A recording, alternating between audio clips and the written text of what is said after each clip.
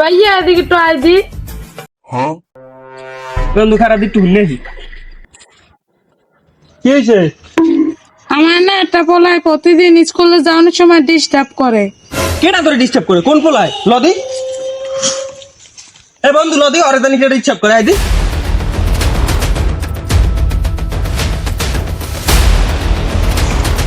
ভাইয়া ওই যে ওই কাল্লোটায় প্রতিদিন আমার কেটা ডিস্টার্ব উই কাল হয়, হয়। তা তুই খারাপ দেখতেছি আমরা। কি তুই বলে আমার বোনের খালি ডিস্টার্ব করো? না ভাই আমি না ভাই আমি মানে কইছি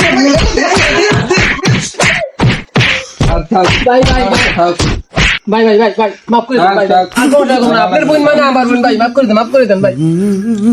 ঠিক তো এবার তোরে আর কোনো সময় জায়গায় তোরে ডিস্টার্ব করতে, যদি এবার হুনি তুই ডিস্টার্ব করছো তোর কপালে কিন্তু ভোগ আছে। ভাই আর জীবন ডিস্টার্ব করুন না ভাই, কান ধরছি ভাই, আর জীবন আপনার বোন ডিস্টার্ব করুন না ভাই, ভুল হয়ে গেছে ভাই, মাফ করে দেন ভাই। হ্যাঁ এদিকে আয়। এই দেখ আমার বোন আর জানি কোনো সময় ডিস্টার্ব করতে দেই না, ওর জন্য বাচ্চা। আপু আমি দুঃখিত, তোমার আর কোনো সময় আমি ডিস্টার্ব করুন না আপু, মাফ করে দাও আপু, ঠিক আছে? আচ্ছা আচ্ছা।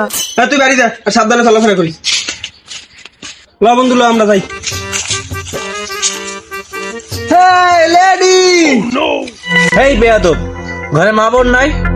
হ্যাঁ ঘরে মা বোন তো আছে কিন্তু একটা বউ নাই, তুমি কি আমার বউ হবে? চুমকি চলেছে একা পথে।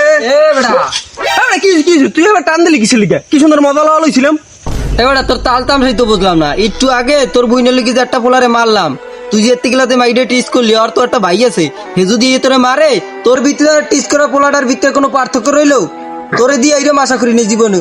তুই থাক, তোর মতো বন্ধু আমার লাগবে না। বন্ধু কথাটা তো খারাপ কয় নাই, আমি এটা করলাম কি?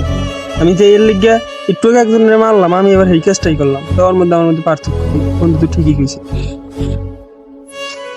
আমাদের সমাজে প্রতিনিয়ত এই ধরনের ঘটনা প্রায় ঘটে থাকে। আমাদের বোন যেমন আমাদের কাছে প্রিয়, তেমনি সবার বোন সবার কাছেই প্রিয়। আমাদের বোনকে কেউ কিছু বললে যেমন আমাদের খারাপ লাগে, তেমনি অন্য কারো বোনকে আমরা কিছু বললে তাদেরও খারাপ লাগে। তাই আমাদের উচিত আমাদের নিজেদেরকে পরিবর্তন করা, তাইলে আমরা সমাজকে পরিবর্তন করতে পারবো। অন্যকে পরিবর্তন করার আগে নিজের পরিবর্তন দরকার। বর্তমান পরিস্থিতিকে তুলে ধরার চেষ্টা, আশা করি সবার কাছে ভালো লাগবে।